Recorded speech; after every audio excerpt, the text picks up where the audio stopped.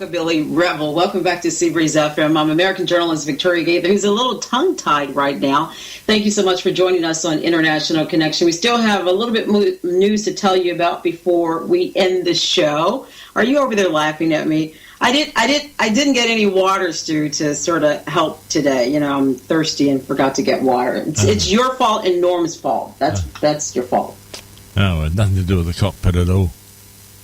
No, nothing to do with that at all. All right, I'm going to keep talking. So you talked about this before the commercial break. It was a big night for Carrie Underwood at the Country Music Awards in Nashville.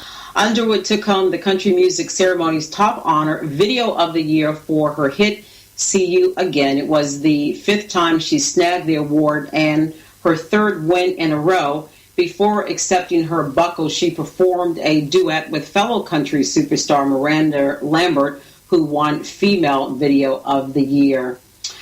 First, fast in-flight Wi-Fi is set to come to Europe by the end of 2016 on airplanes. A London-based satellite services operator announced plans on Thursday for a 4G in-flight broadband service that will provide flyers across Europe with fast internet connections on their smartphones, tablets, and laptops. The service is slated to launch roughly a year after AT&T is expected to introduce a similar offering in the U.S. Current in-flight broadband services such as GoGo in-flight internet use a slower 3G speeds and are inconsistent at best for anything but basic email. I've actually, Stu, used GoGo in-flight internet service before, and I didn't think that it was actually bad. I got a chance to check emails on Facebook and did all sorts of stuff on GoGo, so I didn't really think it was a horrible internet in-flight service. But anyway, I think that is going to be great for travelers to have that 4G in-flight broadband. So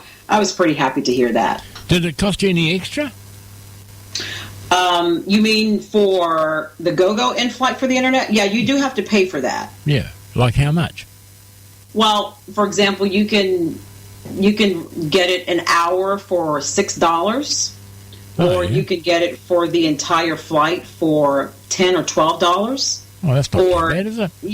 No, I didn't think it was too bad. I mean, $6 for an hour if you want to just tell your family and friends that you're okay and nothing's going on. I think it's definitely worth it. Yeah. Well, if you're on a toll call, it'd cost you more than that, wouldn't it? I'm not sure. I haven't done a toll call ever, I don't think, so I'm not really sure how much that would cost. Yeah, I know. All right. Okay, cool. Oh, it's interesting. No, I just thought I'd like to know. Yeah. But, I didn't think that it was really that expensive anyway.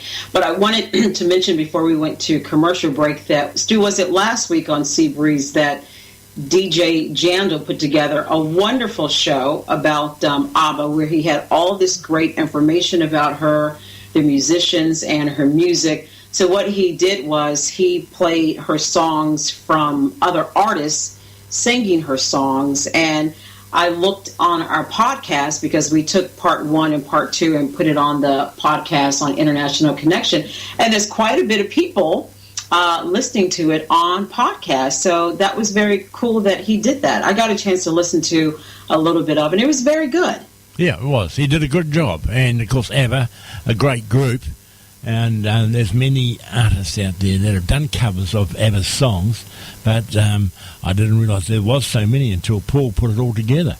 Now, the other interesting thing about DJ Jandal, well, I just called him Paul, but he goes by the name of DJ Jandal. Of course, comes from Wellington and down there. I don't know if they wear jandals very often, but he comes to Himatangi to wear his jandals because he's a great swimmer. He's about the first guy to break the ice on the water in the mornings and the last guy out in the evening. He really likes swimming, and he doesn't mind how cold it is.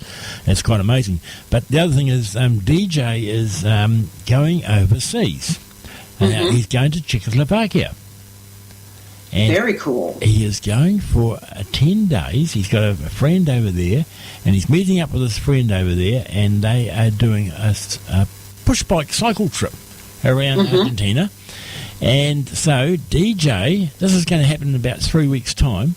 DJ is going to call back into Seabreeze on Skype, and we're going to talk to him, and he's going to tell us all about what's going on over there and how the bicycle trip's going and the things that are happening on around him and his experiences. So that's going to be absolutely fantastic. Yeah, I think it's going to be very cool, and I'm looking forward to it, and also looking forward to asking him a lot of questions just about the experience, what life is like, what the people are like, the scenery, what he's seen.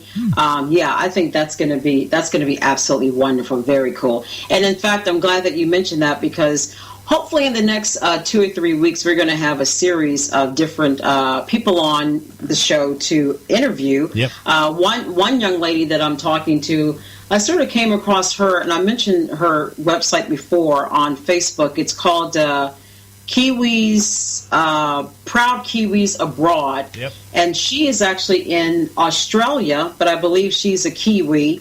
And she's got this really cool fan page on Facebook, about 18,000 people. So these are people from New Zealand that live all over the world that kind of converge on this page. And so we're going to talk to her about sort of what, how the idea came about for her to start it, how she built the numbers up so fast, and, why is it that's important for her to do, to sort of stay in touch with her Kiwi roots. And I think also she put together a series of Kiwi cookbooks. So if you're living in other parts of the world and you can't remember your Kiwi recipes, I believe she's got Kiwi cookbooks 1, 2, 3, and 4, desserts, soups, and main dishes. So we're going to, Stu and I are going to talk to her very soon. Yeah. Another girl we're going to have on board in about, maybe next week, actually, is Natalie Howard from Australia.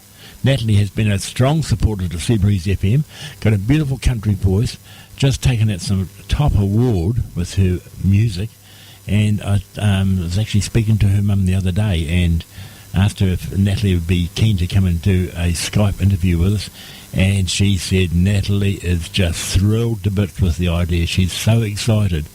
Natalie and I go back a long way, so it's going to be like an anniversary, a renewed friendship. Call it what you like, but it's going to be a hell of a lot of fun, so I certainly look forward to that. That's awesome.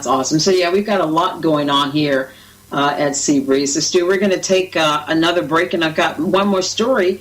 Then I think we are actually out of here for the day. Not that people want us to leave and they're tired of listening to us talk. Of course not, right? No, of course they're not, no. Right, we were talking about Kerry Underwood. Kerry Underwood came through America's Got Talent or whatever it was. I forgot what one it was she won, but it was one of those sort of competitions. And the one that really put the icing on the cake was this little number, an old Randy Travis number. And she is joined with Randy Travis on this, so have a listen.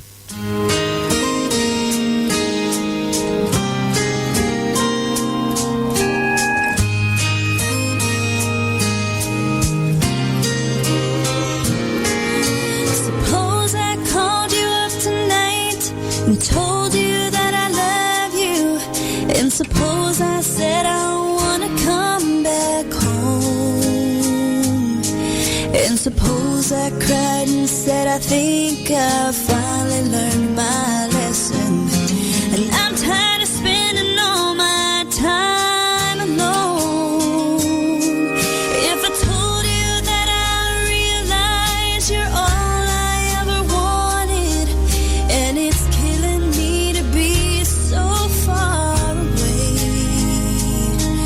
would you tell me that you love me too? And would we cry together? Or would you simply laugh at me and say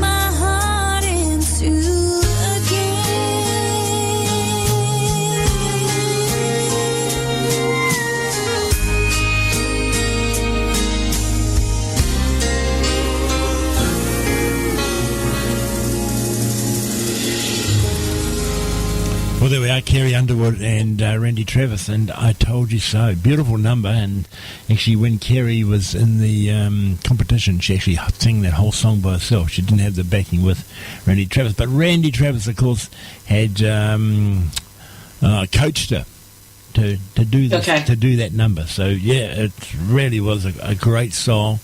And, of course, that gorgeous girl sitting up there on the stage with her long blonde hair, and just so clean cut. It's a vision that is very hard to get out of your mind, to be quite honest. She's beautiful.